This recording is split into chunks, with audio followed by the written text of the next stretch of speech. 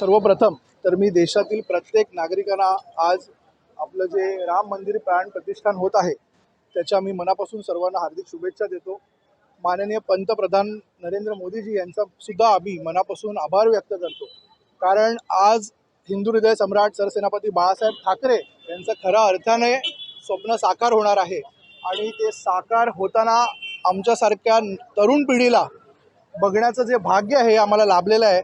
त्यासाठी आज आम्ही भरपूर मोठ्या प्रमाणात मोठ्या उत्साहाने मागाठाणे मतदारसंघामध्ये प्रभू श्री रामांच्या आगमनाची अगदी जल्लोषात आणि जोशामध्ये तयारी सुरू केलेली आहे।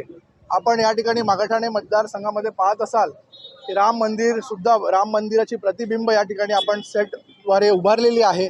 त्याचबरोबर इथे भव्य दिव्य असं मोठं मागे LED स्क्रीनवर LED स्क्रीनवाला स्टेज आपण लावलेला आहे। या ठिकाणी देशातील सर्वात नामांकित जे जगामध्ये ज्यांनी नेतृत्व केलेलं आहे असे डान्स परफॉर्मर्स इथे आपल्या सगळ्यांच्या समोर डान्स परफॉर्मन्स राम भगवानांच्या भक्तिगीतावर देणार आहेत।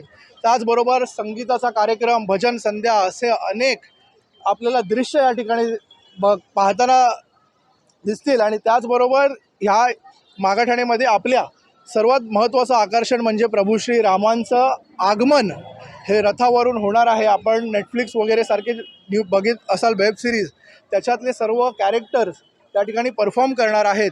हे दृश्य मागाठाणे मतदारसंघाच्या नागरिकांसाठी खरंच सुखकर ठरणार आहे।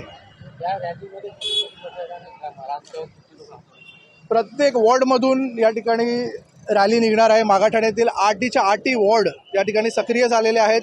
सर्व शाखा प्रमुख आमचे जे आहेत शिवसेनेचे, त्यांनी सर्वांनी ही जबाबदारी घेतलेली आहे खांद्यावर आणि सगळ्यांनी अगदी नाचत गाजत जल्लोषामध्ये मोठ्या जोशाने त्या ठिकाणी इथे उपस्थित राहणार आहेत।